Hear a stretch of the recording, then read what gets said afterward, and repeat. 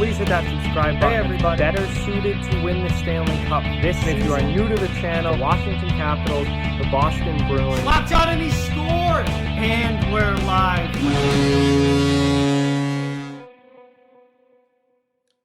Hey everybody, so it's time for another lineup projection video, and today we're going to talk about the New York Islanders heading into their play-in round series against the Florida Panthers. So basically what I do is I go through the Islanders lineup and try and piece together some line combinations, some idea of what the Islanders might look like heading into this series.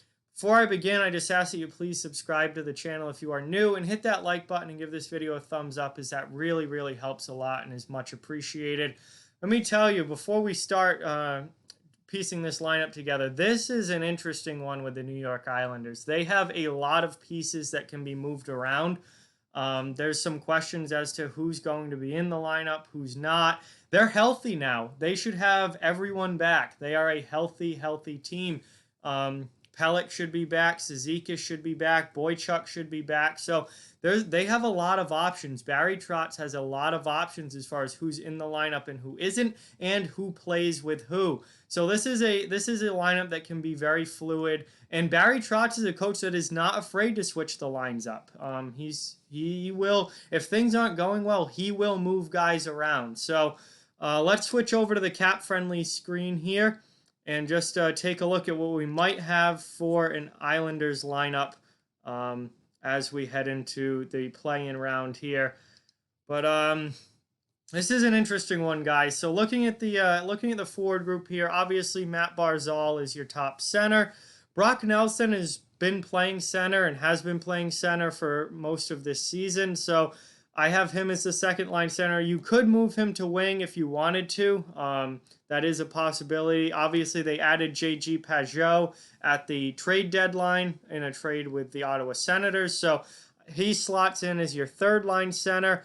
Casey Cizikas, obviously, when he's healthy, is your fourth line center. That's really about the only thing that's set about this Islanders lineup, is your fourth line, when they're healthy, is Matt Martin, Casey Cizikas, and Cal Clutterbuck. That's a very good fourth line there. Has been for a long time in the NHL. Now, adding Pageau and having everyone else healthy knocks potentially Derek Brassard right out of the lineup. You could move him to a wing in place of maybe Komarov or in place of Andrew Ladd. We'll talk more about those two later as to whether or not those two will even be in the lineup or not. But getting back to the top six, Jordan Eberle and Josh Bailey, I think, are pretty well set on the right side. And then Anders Lee and Anthony Beauvillier are your two best left wingers for sure. Now the question is, who plays with who?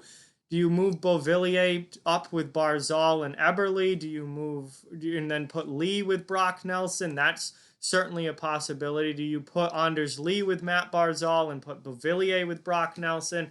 And then you could do the same thing on the other side, on the right wing. You could put Bailey up with Barzal and Eberle with Nelson, or you could put Eberle up with Barzal and put Bailey with Nelson. Again, these guys, who plays with who is going to completely be up to the coaching staff. Then that leaves your third line, and the third line is interesting here because I've got Komarov, Pageau obviously in the middle, and Andrew Ladd on the left side, but there is a very real possibility that Andrew Ladd comes right out of this lineup and Michael Dow-Cole ends up your third line left wing, where he has played this season. And then there's a chance Komarov doesn't play, and you could maybe put a youngster like Wahlstrom in there, and Komarov could end up coming out of the lineup. I mean, that's another possibility here.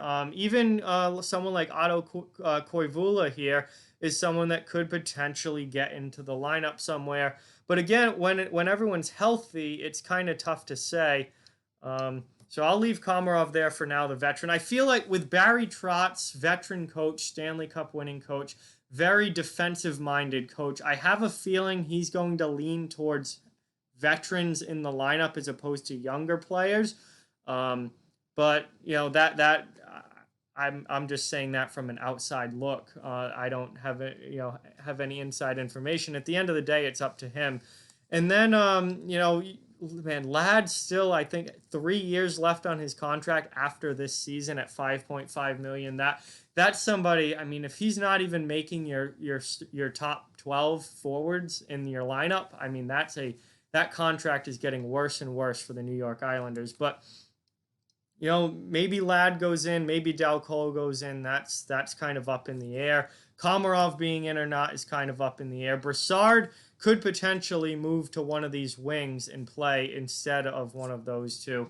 But again, there's options here. And then you've got a bunch of other extras, obviously expanded rosters. You're going to have 28 players and an unlimited amount of contracted goaltenders on the roster. So, they're going to have plenty of extras as well. So if Dal Colle's not in the starting lineup, he'll be an extra forward. Ross Johnston's still there. Kiefer Bellows will definitely get a call up, I would think. He's got NHL games this year. Brassard right now, first center out, although he definitely could slot in somewhere. Cole Bardreau will probably at least get up on the roster. Wahlstrom will certainly be on the roster. Kuhnhackl, veteran guy with some playoff experience, and Koivula as well. Younger player like Wahlstrom and Bellows, but good young player that will certainly get a look. So I would expect all those guys to certainly be on the roster at least, and maybe get a chance to slot into one of these spots. Again, I think Komarov's spot is very much up in the air, and I think Andrew Ladd's spot is very much up in the air. So there are multiple players that could slot in there. Moving on to defense and goaltending, obviously Varlamov and Greiss is your two goaltenders. As far as a third goalie, I really don't know who they would call up. They have 4 goalies down here: Jared Coreau, Chris Gibson, Jakob Skarek, and Linus Soderstrom. I don't know which one, who they would, probably use as a third goalie.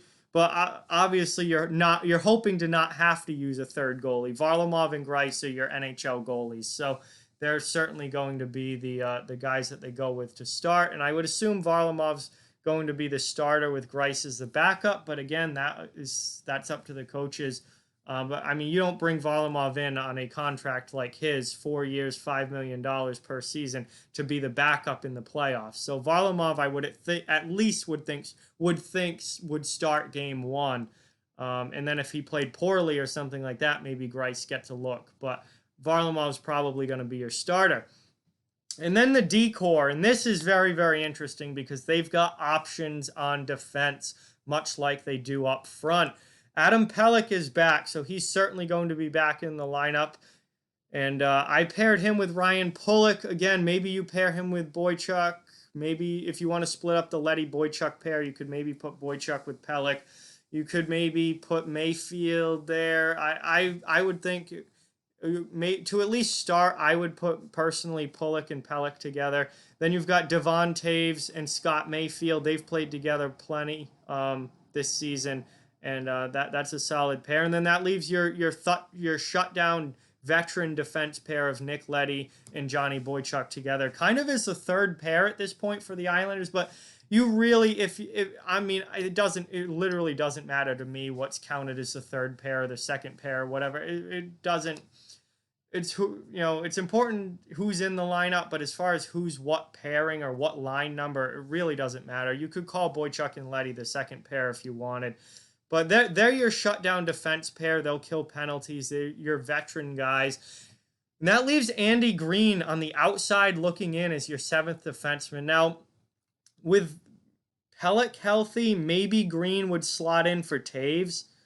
And then maybe, Green plays with Mayfield and Leddy plays with Boychuk. Or if you wanted to split Leddy and Boychuk up, you could put Green with Boychuk and Mayfield with Leddy. You could do that, although I don't know. I feel like Andy Green, when they're healthy, is probably the odd one out. He came over from New Jersey. He's 37 years old. But at this point, he's a depth defenseman. And I think, the Islanders are going to want to play the guys that they're comfortable with, that have been with this team for a while now, that have been on this roster for a while now. And Andy Green only played a few games with New York before the season got shut down. So I feel like he's probably going to be the odd guy out as the 7th defenseman. Then obviously they've got Thomas Hickey as a depth guy. Noah Dobson, don't think is ready for a starting role yet. Jordan Schmaltz has had some NHL experience in depth roles. He'll be a depth guy on the call-up. Sebastian Aho, not Carolina's Sebastian Aho, New York Sebastian Aho. He'll probably be called up as an extra defenseman. Mitch Van de Sample as well, possibly. And then, if you want to go really deep on the defense, maybe Seth Helgeson or maybe Kyle Burrows, but those are more AHL guys. That certainly would not be touching NHL ice unless you had, multiple major injuries in this defense core. So as far as your top six, I think Pelech, Pulock, Toews, Mayfield, Boychuk, and Leddy will probably play, and then Andy Green will be your number 7, and then you'll have more depth behind that. But overall, this Islanders lineup is not an easy one to piece together, other than the goaltending. Even that, who starts, but I think Varlamov is the starter, and then Greiss is the backup. But this lineup is not easy to put together. There are certainly some changes that can be made, some guys that could slot in place of other guys, particularly Komarov and Ladd. It's going to be up to Barry Trotz and what he thinks is best and who he thinks is going to perform well enough for them to win that play-in series against Florida, which certainly is not going to be an easy series. But again, they've got so many moving parts as far as, Nelson can play center or wing. Brassard could play center or wing. Peugeot could potentially move up to your second line center if Nelson does move to the wing. Who's going to play with who as far as is on the wings with Barzal and presumably Nelson. Do you put Beauvillier? Which one do you put him with? Which one do you put Lee with? Same thing on the right side. So there's options here for Barry Trotz, to say the least. So we'll have to wait and see when training camp starts what he does and what the exact lines look like. But it's a healthy New York Islanders team. It's a pretty deep New York Islanders team, and that leads to lineup decisions. That leads to some big-time decisions that need to be made. And Barry Trotz is getting paid to do it, not me. So in the end, it's up to him. But with that, that is my projection for the New York Islanders lineup, and obviously there's plenty of things that they could shift around. But with that, like, comment, share, subscribe, follow on social media. All those links are down in the description below. If you'd like to further support the channel, links to our Patreon and merchandise store are down in the description as well. Keep spreading the word about this channel. Let's keep this thing growing. Thank you very much for watching. Hope you enjoyed the video, and I'll talk to you guys soon.